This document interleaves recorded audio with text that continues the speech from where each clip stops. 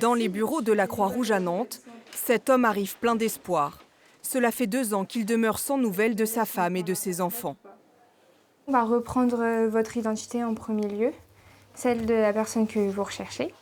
L'association compte parmi ses missions celle de rassembler des proches séparés par la guerre ou la violence. C'est le cas de ce père de famille. En République démocratique du Congo, il travaillait dans un champ.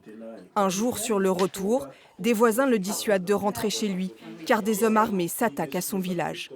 Il m'a dit, c'est la chose que je retiens. Essaie d'abord de sauver ta peau et après tu vas faire des recherches un peu plus tard.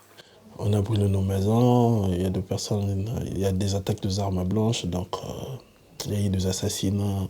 J'ai essayé d'en savoir un peu plus parce que là, c'est vraiment très difficile de ne pas savoir de sa famille pendant plus de 2 ans. Ils ont perdu toute leur vie, si on peut essayer de leur ramener la personne qu'ils aiment, c'est important.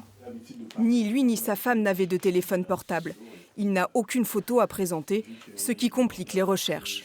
On n'a pas beaucoup d'infos sur ce village. Les bénévoles tentent au moins de localiser sa maison. Parfois, on a des noms ou d'autres structures, il n'y a pas un hôpital. D'ici 2 mois, les bénévoles de la Croix-Rouge en Afrique se rendront dans son village. Après, c'est vraiment un travail de terrain qui ne nous concerne plus, mais d'où l'importance d'avoir un maximum d'informations dans des pays où souvent il n'y a pas à peine des noms de villages, de noms de rues. Les recherches peuvent prendre des mois, voire des années.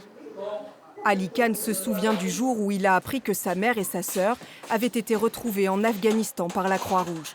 C'est Alain David qui lui a annoncé. L'association organise alors un appel vidéo avec sa famille. Je peux vous dire que le moment où Ali Khan a vu sa maman, est entré en contact avec sa maman, c'était un moment très fort pour lui.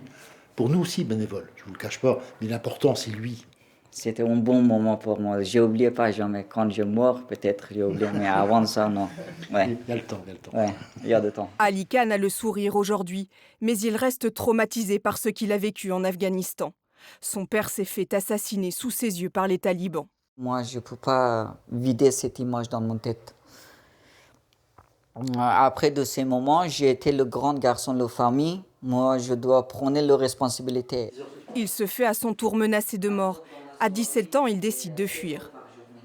J'ai été connu comme le militaire parce que mon oncle elle travaille avec le militaire. Et elles ont pensé que moi aussi je travaille avec le militaire parce que j'étais dans le bureau, j'ai fait le ménage un peu dans son bureau. Le jeune Afghan espère que sa mère et sa sœur le rejoindront bientôt à Nantes, où il tente de reconstruire sa vie.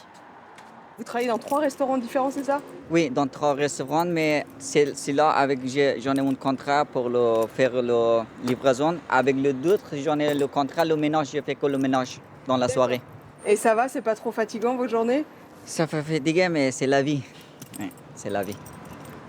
L'année dernière, la Croix-Rouge a réuni plus de 4700 familles dans le monde.